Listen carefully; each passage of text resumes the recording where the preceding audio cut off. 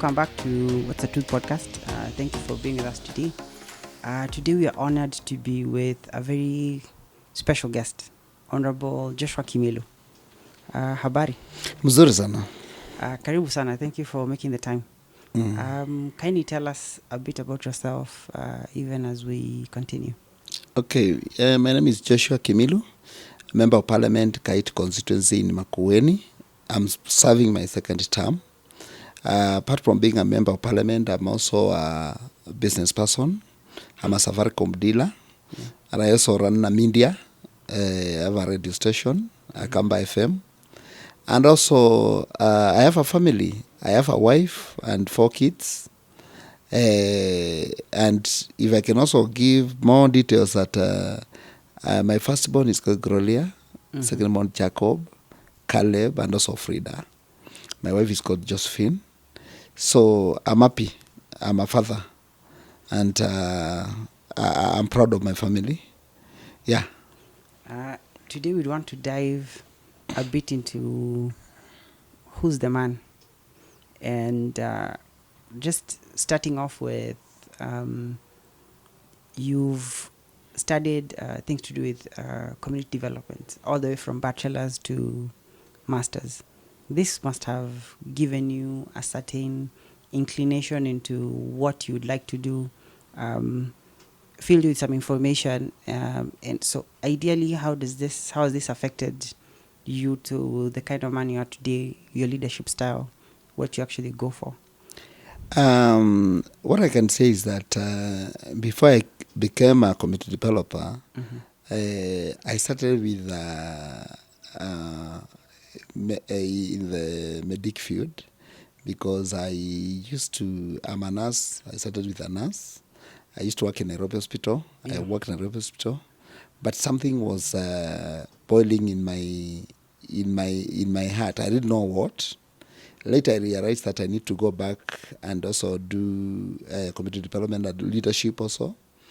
And I went back to the university. I did my degree and also master's. I have a master's in community development and leadership. But what was disturbing me is that I didn't know who I am by then, but I came to realize I'm a politician, I'm a leader. And that's why today I'm a Member of Parliament. Let's just slightly touch on that transition from nursing to now an MP. What was the thought process there? So because it's still the same way you're helping people. Yeah. But it's a different kind. Just touch on it slightly. I can say that I not go to nursing. I thought nursing is my calling because, in fact, I like helping people. I like solving people's problems. I like helping people to solve problems. And I like, so I landed in doing nursing because it was in my fingertips, and I was like, I want to become a doctor. Then I joined Nairobi Hospital, did my nursing there, and also get a job there. I worked there for a while, but it was not enough because when I was there, I was also being pushed to do other things. I started a business there. When I was there, I also started a business. And that's how I landed in Safaricom. I started as a small person, as an agent. I grew during Bob Collymore time. He's a man who I can say he supported me because he's the one who initiated me, who pulled my hand and gave me an opportunity to become a Safaricom dealer. I'm proud of being a dealer of Safaricom because when I was joining Safaricom, we were only 280 dealers in the country. Now we are 410. But to become a dealer is not that easy. By then, I remember to become a dealer, you had to pay 5 million. But Bob Collymore held my hand and grew with me until I became a dealer. But I'm a hard-working person. because one thing which made me to become a dealer is that because I was an agent by then, but I managed to mobilize and have 1,000 M-Pesa outlets in this country by then. In fact, before, when I was given the opportunity to become a dealer, I had 850 M-Pesa outlets in this country. And all the counties, you can get my name there. When you go around the country, you'll get my name there. Busia, Lamu, want to go to Wajir, every corner of this country. I went around the country, opening M-Pesa outlets. Even today I have over 1,000 outlets. But my hard working and being smart on the business gave me the opportunity to become a dealer. And that's why when I became a dealer, I went back to, because I started helping people. In fact, when you go to Safaricom, even my name is well known there, because I was a man who was pushing for network. I'm telling you, almost all the boosters in Makueni, I'm the one who initiated. I used to write proposals, go and talk to the CEO, tell him that there's no network in this area, tunaweka booster. So I can say I did a lot. And because I'm a mobilizer, I'm a good mobilizer. And after my degree, in fact, it helped me a lot to mobilize the people. In fact, people came to my home and tell me, you wanted to become a member of parliament. I didn't know, but they came for me and tell me, you are the one to lead us. You'll become a member. Wanted to become a member of parliament. In fact, when I announced that I went to vie, people were like, hey. Others were like, what? But my people said, you are our leader. And that's why, if you go to the voting pattern of 2017, we were 10 in number. Out of the 10, all the other, even if they you add up their votes, they couldn't get the votes I had, because I had 22,800, followed by 8,000, and the others were getting only 1,600, 500. So people voted overwhelmingly for me. And because before I vie, I went around the constituency. I wanted to know what's the problem of the people, what people want. Because if you up a project, you need to make sure that you don't impose project to the people, but you get the project from the people. So once you know what people want, it will be easy for you to help those people. First, before I became the most important thing, when you are doing entry, you have to know who are the leaders. You have to know what do the people want. And that's what helped me to become a member of parliament. I went around the constituency, and I found that their need, there was a lot of poverty in my constituency. The poverty level was high. In fact, you get like 70% of the people are poor. And I want to know, how can I solve their problem? Because I interacted with them, and I knew their problem is they need to be empowered. And using the skills, I talked to them and I gathered what they want. I asked myself a question, because I was getting money from, I had some Kimilu Foundation, and I was applying to get some funds from NGOs, friends. So I asked myself, will I be giving food to these people? I asked myself a question, and I said, no, I can't make. I can try, but I can't make. I asked myself, what do I do to these people? But I came up with a way of empowering these people through education. That's why if you go to Kaiti, the name Kimilu is common. Even people are giving birth and call their children Kimilu because of what I've done to people through education. And it became a solution to the people of Kaiti, because once someone is educated, it's not a must for that person to get employed, but he can self-employ himself or herself, Yeah. and that can empower. So You've now, touched on so many issues. mm, So let's move a step back slightly. So there is the businessman. Then there is the community developer who went to become a member of parliament. There's also the philanthropist through the foundation.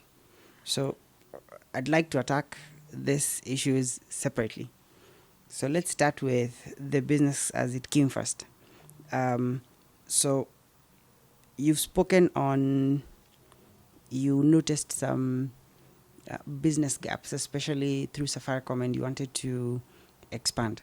So ideally, what brought this thought through, and how are you able to expand to that extent? Because there's a guy who has a small Safaricom shop and is trying to grow.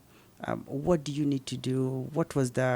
How are you able to expand, especially during that timing that Safaricom was pretty new or not as old, and you've been able to entrench it as much?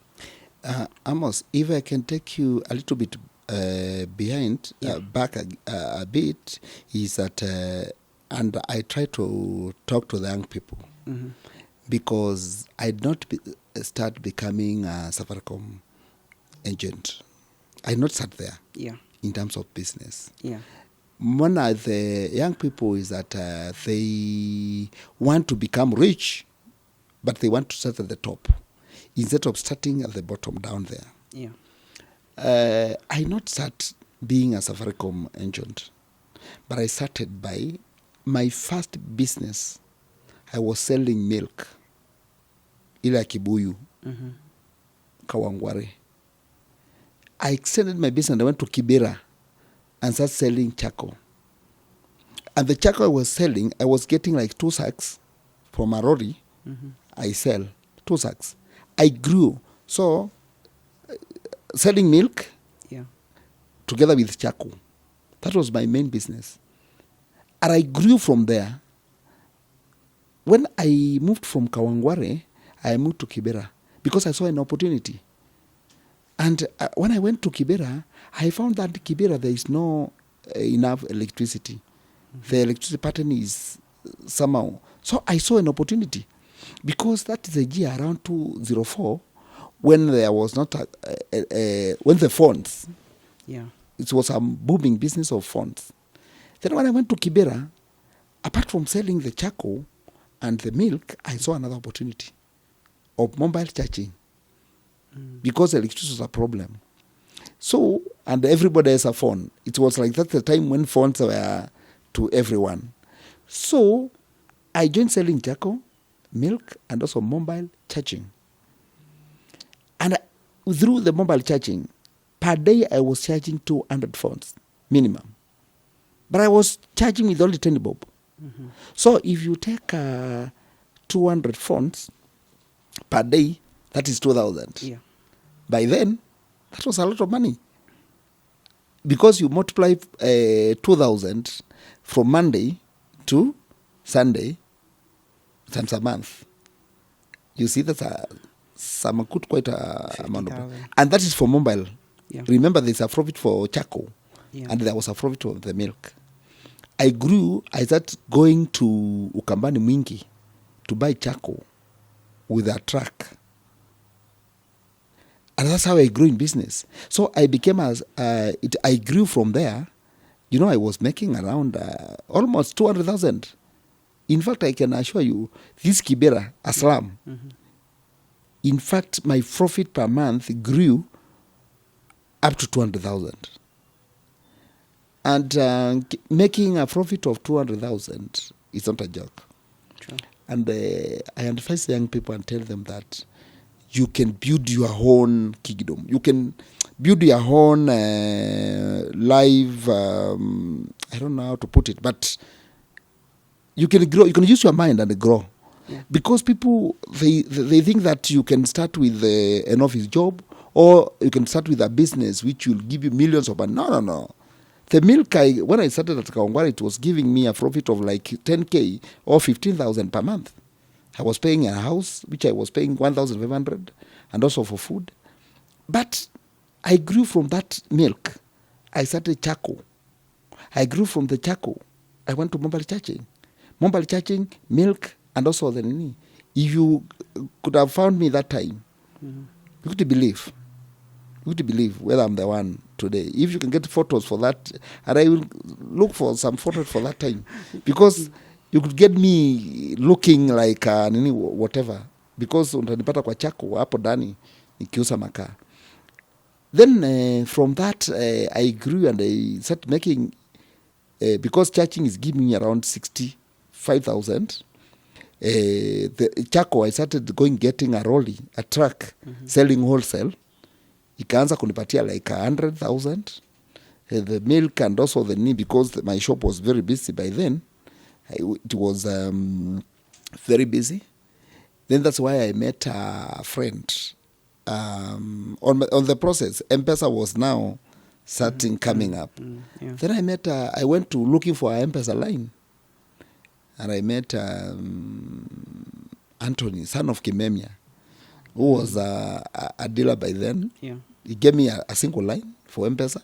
I opened the M-Pesa in the same shop. But I want to say that what surprised me is that when I started the M-Pesa, I was the second person to do M-Pesa in Kibera. I was the second person. The whole of Kibera. Yeah. Then the M-Pesa was giving me a return of, the first month, it gave me 85,000. First month. The second month, it went to 100. And now, that's why when I combined my business, it was giving me a good amount of money. I met Kimemia, because I also want to tell the young people is that if you want to grow, you cannot grow alone. You need people to grow. Never be led by anybody that you can grow alone. You need people. I remember through the business, when I met Kimemia, he held my hand and also helped me to become an agent. Agent, when you become a Safaricom agent, is whereby you now give M-Pesas to people. So everybody you give a line, you get 20%. So if you have 10 lines, everybody is doing M-Pesa, the 20% is coming to your account. So I grew. And because of I'm aggressive, I managed to have 5 companies with Safaricom, whereby each company had like 200 lines. I can say that's where I break the ceiling and went to another. Yeah. So what would you attribute to that mindset that gave you the thought process to expand? Would you say it's upbringing? Would you say it's parents? Because ideally, most people you find, we get stuck in the small, and we are not able to fully think big. What's this that drove you towards wanting to grow bigger to the point, as you're saying, about 500 plus? And what's this what could you attribute? I can say that sometimes poverty is a teacher. That's what I can say. Poverty is a teacher. The other thing I can say is that I came from a poor background, whereby in high school I used to go and work casuals to pay my school fees. Until the church intervened and started helping me to pay my school fees. But the church from the village, they could even raise 5,000. And by then, school fees was around 25,000 per year. But I managed to work casuals. I used to go and get a kibarua from Shamba, Nalima, so that I can get school fees. And I started struggling for my life. And because in my family, I come from a family of 9, my siblings we had also a problem of feeding. So we could even go without a meal.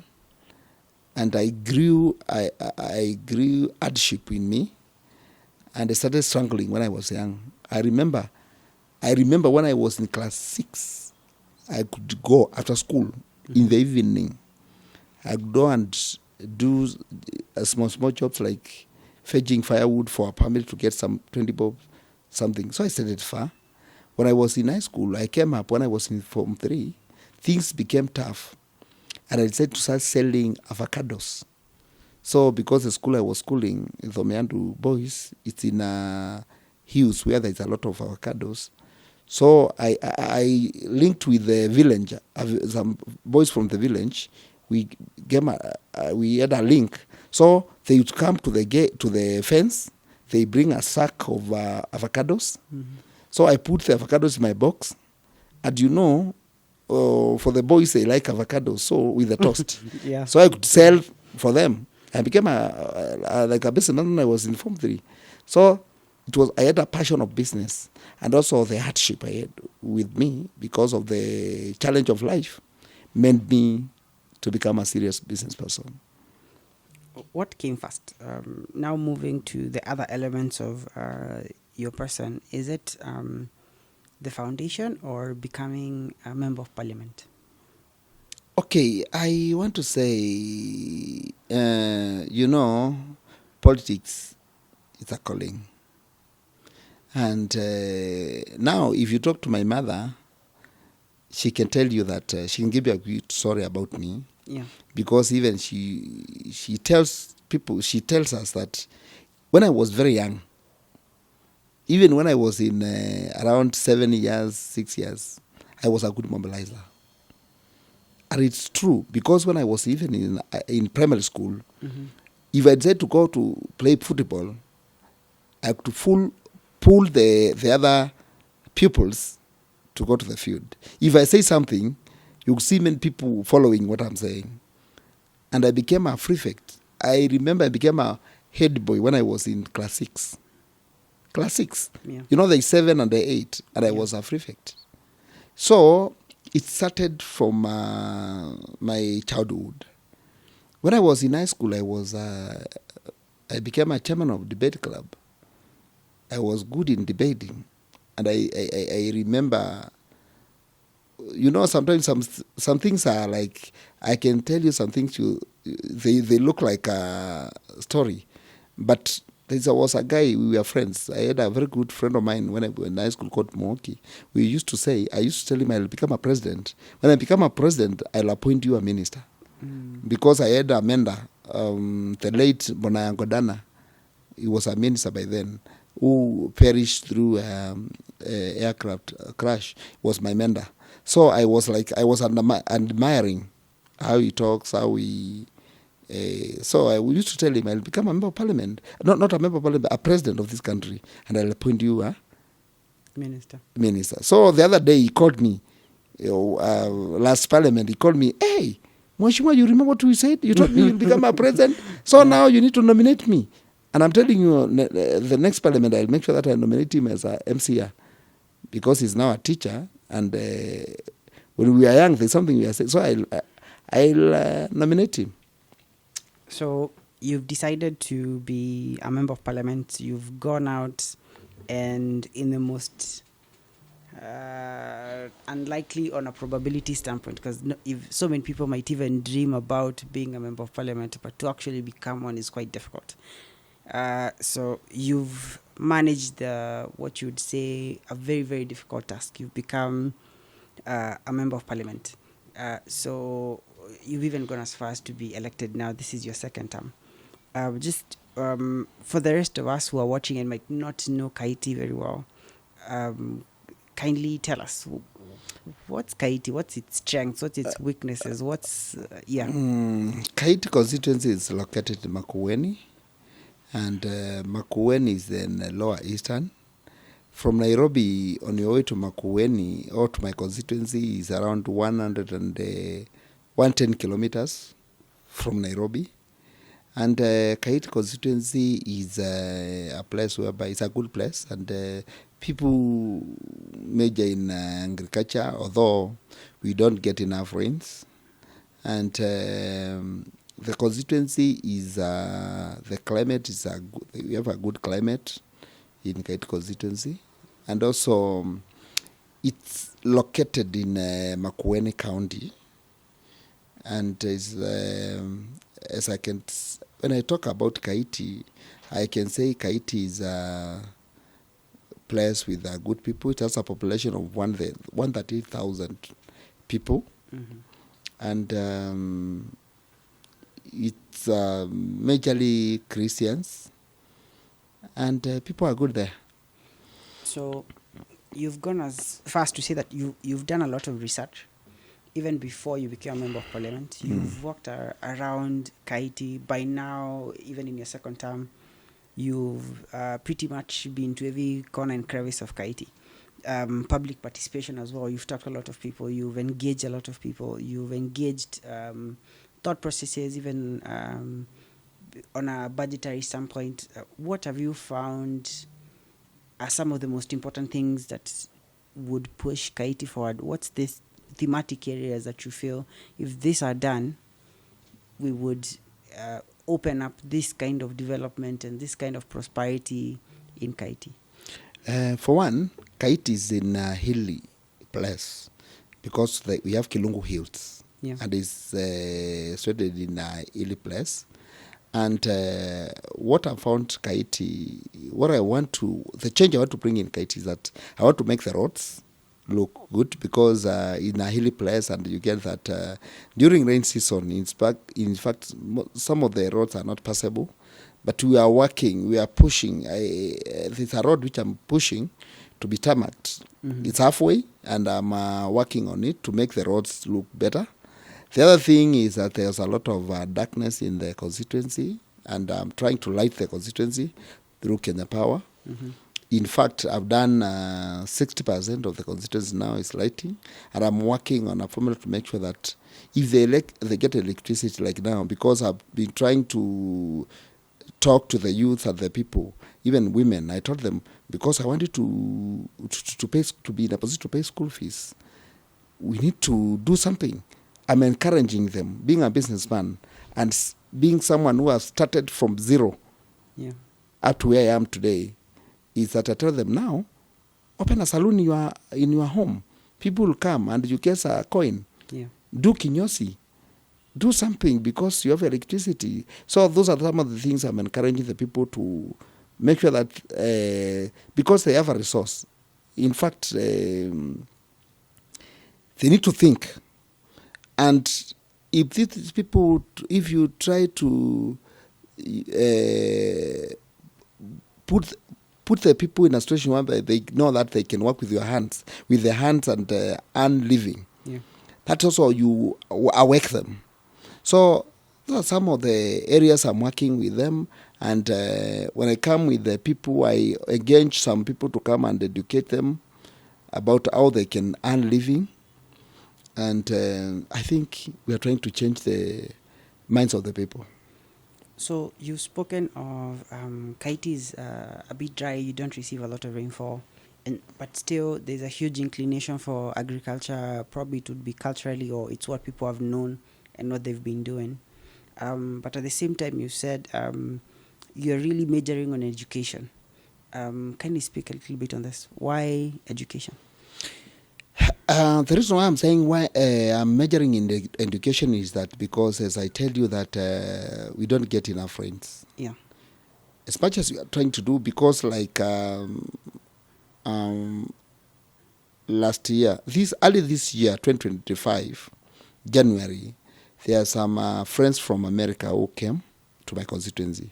We went around and they promised to do some drill water in the constituency. In fact, they are planning to do around 30 boreholes so that they can give people water. And the reason why I majors in education is that because if we try to do agriculture, in fact, we won't make it because of the rain patterns.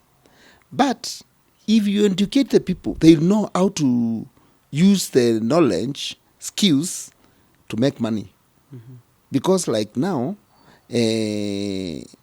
before, There was a theory of people, if as you educate up to class 8, that's enough. If you got to Form 4, that's enough. But I tell them, no, this is not enough. You need to make sure that your child gets a skill and goes up to, or gets educated. That's why I'm telling you there are so many degrees now. And youths are employing themselves. They are doing their own businesses. Because once you educate each family, because I have a saying in the constitution saying that each family get a degree. Because even if they don't get a degree, each family, that is my target. But there will be a diploma. They get a skill. Mm-hmm. So that is pulling the many people to make sure that they get encouraged to educate their children. And once we get many people who are educated, for one, even if some of them will relocate from their constituencies to the urban, they'll go and do jobs. They get jobs and return back home and give back to the society. So to crack that at the eyes of poverty, one is education. Yeah. So you have access to CDF funds, and I was looking at what you've really majored on again is education with the CDF funds. This going to construction of classrooms, some in some schools, multiple, in some just one. Also, I saw a bit of electricity. Again, on the other hand, I saw a lot of school buses. So my question would be, what's your thesis on management of public funds? And at the same time, you've also done bursaries through the CDF. How have you been able to ensure that the most deserving cases are able to access these funds? To manage on this, I can tell you that in every village, I have an appointee from my office. I'm also working closely with the chiefs and sub-chiefs and admins. And these are the people who go around making sure that, for your information, every day I get a brief from my constituency. Mm-hmm. And you get that we have a chain of communication. So you get, as I tell you, every village have a appointee. Mm-hmm. And before the day ends, they communicate to someone who is at the top there. So you get that I have 4 wards in my constituency. Yeah. So you get a ward that's like, one ward that's like 100 people who are in the villages. Yeah. So they are getting information. And at the end of the day, these 100 people from a ward, they communicate to one person. They go in stages, giving information. At the top, we have a ward coordinator who gets a brief, gets what has happened. Because if you say that it's let's take like a village, one village, the other village, they talk to someone at the top there, like 10 villages, one person, then they communicate. So at the end of the day, you get that the village coordinator gets information of what has happened in the ward. So at night today, I talk to poor people. Every ward, I get a communication. What has happened? There's a dropout. There's someone who managed to get an A- and is still in the village. He cannot access university. So I take up the matter. You've also gone as far as to think about colleges, universities. I saw you've been pushing KMTC a lot. What's the status of that project? Is it complete as well? Is there any other college, university that you're looking at? In my constituency, I've started a KMTC, whereby I got some funds. I'm doing it. Mm-hmm. Now it's halfway. And we had an issue with the last parliament committee. I set up a new committee. Now we are working on when. It's ongoing. And I'm telling you, before the end of this year, we'll and meet students there. I'm also chasing to get a TVET college in my constituency. And according to how we operate in Parliament, every constituency, it's a policy to have a TVET. And this year's budget, I'm allocated, so we'll start a TVET in my constituency to also help people get skills, and also because with the skill it can help yourself to do sustain yourself. Let's move to a bit of roads and a bit of water, because as well you really push on this. So you just mentioned a road. I don't know if it's the Sultan Hamoud Kilome road that you were speaking of, or it's another one. That is the Sultan Hamoud Nungune road. Okay. Which has been a sore project. It started 2016. Even before I came, I found it there. But we have a challenge of funds. But the other day I went to the CS. We sat down and discussed. I went to the DG, and I managed to get some funds in the budget now. Yeah. So we are waiting this year to see the road being done. Do you feel like the roads, once they're put, they really help with the development of an area? What's the... Of course, absolutely, because if we tarmac that road, the business will grow. And movement from Kajiado through Kilome to Kaiti, there will be a lot of traffic of movement, because people will be bringing goods from... Like we have Kimana, whereby Kimana is in Kajiado, whereby people are well known for farming. So goods will be coming to Kimana to Kaiti, and that will make business to my people, because they will be buying goods there, come to sell Kaiti. So you get that will help the community. You've also been pushing on matters of irrigation and getting water to households. So yes, can you speak on it? Okay, I think although water is devolved, that's a current government but for me, because I do travel. I started travel before I became a member of parliament. I've been gone around the world. I've been going in fact, if I can tell you the countries I've been stepped on, there are so many. I went to America and talked to our friends there. I mobilized some funds. They agreed to mobilize funds and help me. That's why they came this year, January. And we went around the constituency, and they decided to help me by doing boreholes. And this initiative will also improve farming in my constituency, because we have one of the best soil in my constituency. In fact, a good soil, red soil, which can do well in agriculture, but without water is a problem. So I think this water will also help the community by doing farming, which will also help in empowering the community. Now let's move slightly to your policy and development angle as the Member of Parliament. Some of the things that you've spoken a lot about is on protection of the CDF funds. Some have been saying it should be fully devolved to county government. What's your take on this? And as well, you've been saying the constitution. I think Amos, we are lawmakers. Yeah. And if you go to all the constituencies in this country, the only projects, go to all the counties in this country, the only projects which are visible, they're the one done by the CDF. If you go to my constituency, you'll see billboards for CDF, buses. You can see the classrooms, and all those things you can see in my constituency. What am I saying? As lawmakers, we cannot allow the CDF to be devolved. Because if the health is devolved and the people are crying, what if we devolve the CDF? So the CDF will make sure that we align it to the law and make sure that it is there to stay. And I can assure you that CDF is there to stay. As well, you, Kaiti and its population, when you were joining, you spoke on the poverty levels were not at a very good level that you liked, and you felt that you needed changes.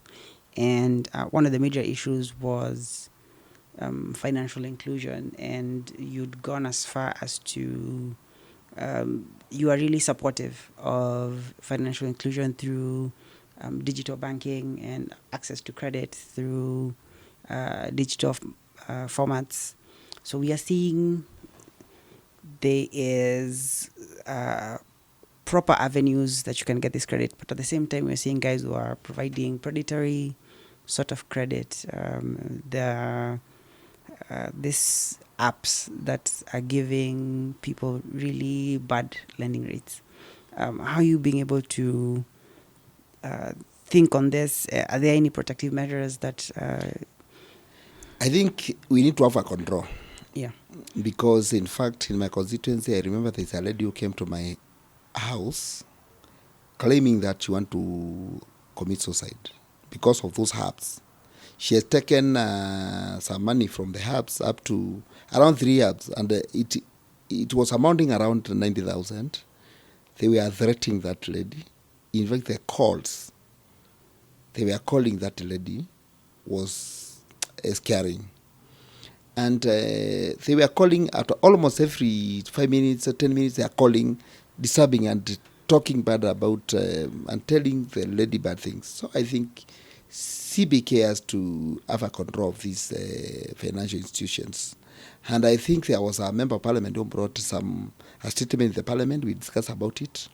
And I think we need, as members, as lawmakers, we need to tame those. We need to have structures of lending institutions, because like those mobile apps are causing a lot of deaths in the country, and people are being harassed by them. And we are going to work on that as our lawmakers, because there must be a good control. And because it's CBK, they are in charge of that. I think we need to push for the control and licensing, because I don't know who gave them those people license, because they talk back. And for your information, what they do, if you don't pay, they start looking at your who do you talk to. Yeah. And I if I could say today, I get so many calls.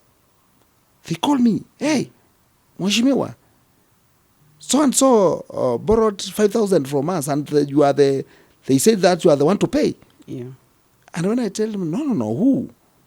They talk dirty, a lot of shit. So I think this has to end. Yeah. And there must be a control.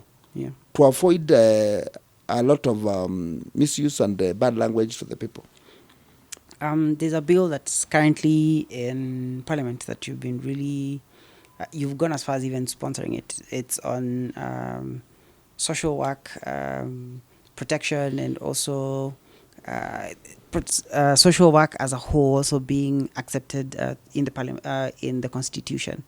And kindly speak on it. What drove this, and at what stage is it at? I think I sponsored a bill in the parliament, and I worked the conjunction of some of the professors, like Professor Irile, another doctor, we have another Dr. Dege, and Phyllis, some lecturers of the university, Nairobi University, St. Paul University, Catholic University, and other universities. We come up with a social workers professional bill, whereby we want to structure social workers. We have a structure of the social workers. In Kenya, we have social workers all over. Here in Parliament, there are social workers. When you go to the hospitals, you get social workers. When you go to Madare, you can get social workers all over. In courts, they are all over. But we need to have structures. And that's why I came up with a bill. And the bill was overwhelmingly supported in the Parliament. Now, as you are talking, the bill has got, we have gone second reading. It was second reading last week, and it was supported by all the members of parliament. So it's going now to, we are waiting to come to the committee of the whole house, whereby amendment will be done, because we want to protect our social workers. When you go to UK, you get this same bill is there. They have law which structures the social workers, because we want to avoid the quacks or people posing to be social workers, conning people, or we also want to have a good registration. People will register. If you are a social worker, you need to register, because we have people with degrees here, social workers. Others are just walking the streets pretending to be social workers. So we need to structure the social workers. And I think the bill is on the right track. Now it's in the second. I'm pushing that bill before May. Mm-hmm. I want it to become a law, and it is possible. Let's move to the development that's happening around or periphery of Kaiti. So there's Konza Technopolis. It's been a big buzz. It's really something that seems to be drawing a lot of foreign investors. So what's the place of Kaiti in regard to Konza, as well as what's the particular foreign investment that you would like to see in Kaiti? I think Technocity, last parliament I was in a committee of ICT and communication. Yeah. And I can say that I'm a proud man, because I'm among the team which traveled to South Korea. Mm. We went there, we lobbied for the Kaiti University. Yeah. I was among the delegation who went there to look for funds, and we managed to get funds, and we managed to get there's a university coming up there. And Konza City is located in Kilome constituency, which is in Makueni County. Mm-hmm. And the environment of Kaiti is in the environment of the Technocity. Yeah. Because, in fact, we border there's a place called Nguluni. Nguluni borders the Technocity. It's a walking distance, in fact. Mm-hmm. So we are part of the environment. And I can say that it's impacting my people, because once the city will come up, I think my people will benefit through getting jobs, people coming to get education there. And it will also help my people, because we border the Technocity. So what's in Kaiti, what's apart from, there's already so much going on using public funds. Yourself, you're directing a lot of public funds to that end, national government. There's a place for private capital. What's some of the areas that you think, if somebody is thinking about, I'd like to invest in Kaiti, what's some of the things you'd advise to look at? If someone wants to invest in Kaiti, if you can do some a college in Kaiti, in fact, that's it can help the people of Kaiti, and also someone can benefit from that, because there is through my initiative of education, Mm-hmm. as I told you, that I mobilized the people, and I've talked more about education, that people need to, in fact, people draw. Most of the colleges, they came and draw people from Kaiti. If we can have an institution in Kaiti, I think it can help a lot. Someone can invest in doing a college there. Again, also, if someone comes in Kaiti and start it's a hub of business. In fact, if you start any business in Kaiti, I think it can work. Yeah. Because the people there need, we have been behind for many years, and now there's a light through education, and people are waking up.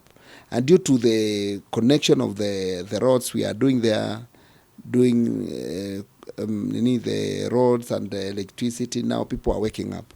And now there's a know-how of business. So people can, if you invest in Kaiti, you can do a college, you can do a industry there, it can work well. Especially there's a lot of avocados in my constituency. Yeah. And fruits.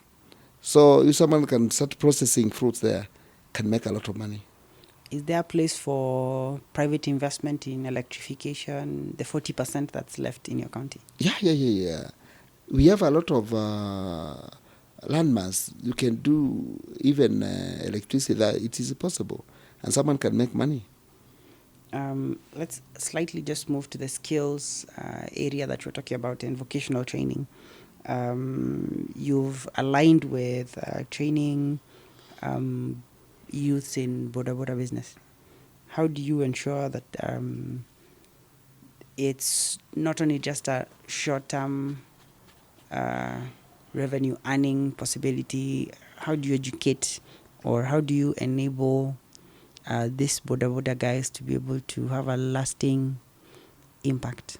In fact, it's my initiative, and I've started training the border guys to give them license for them to get licenses, and also I've get skills, and I've realizing that some of them they have potential. Mm-hmm. So now I've started doing driving licensing, so that because if they get a license, they can also get jobs and work in some companies and also help themselves, because apart from training them to get licenses, I also talk to them and get people to come and talk to them on how to have good behaviors, good morals, because it will help them to be good. Because there's a feeling that borders, riders, some of them end up taking drugs, and to avoid that, I also join with other organizations who came and train them about